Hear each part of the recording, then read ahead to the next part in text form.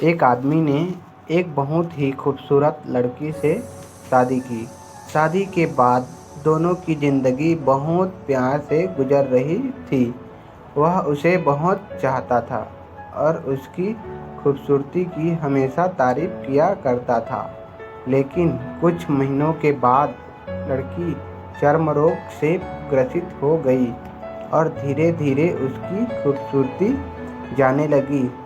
खुद को इस तरह देख उसके मन में डर समाने लगा कि यदि वह बदसूरत हो गई तो उसका पति उससे नफरत करने लगेगा और वह उसकी नफरत बर्दाश्त नहीं कर पाएगी।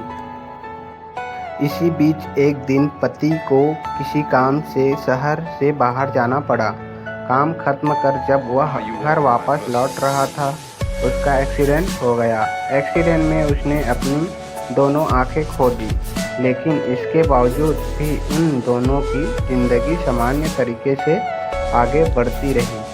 समय गुजरता रहा और अपने चर्म रोग के कारण लड़की ने अपनी खूबसूरती पूरी तरह गंवा दी। वह बदसूरत हो गई, लेकिन अंधे पति को इस बारे में कुछ भी पता नहीं था, इसलिए इसका उसके खुशहाल विवाहित जीवन पर कोई प्रभाव नहीं पड़ा। वह उसे उसी तरह प्यार करता रहा। एक दिन उस लड़की की मौत हो गई। पति अब अकेला हो गया था। वह बहुत दुख था। वह उस शहर को छोड़कर जाना चाहता था। उसने अंतिम संस्कार की सारी क्रियाविधि पूर्ण की और शहर छोड़कर जाने लगा। तभी एक आदमी ने पीछे से उसे पुकारा और पास आकर कहा, अब तुम बिना सहारे के अकेले कैसे चल पाओगे? इतने साल तो तुम्हारी पत्नी तुम्हारी मदद किया करती थी। पति ने जवाब दिया, दोस्त, मैं अंधा नहीं हूँ।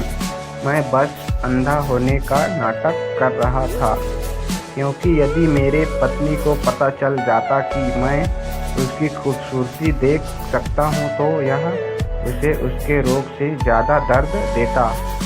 इसीलिए मैंने इतने साल अंधे होने का दिखावा किया। वह बहुत अच्छी पत्नी थी। मैं बस उसे खुश रखना चाहता था।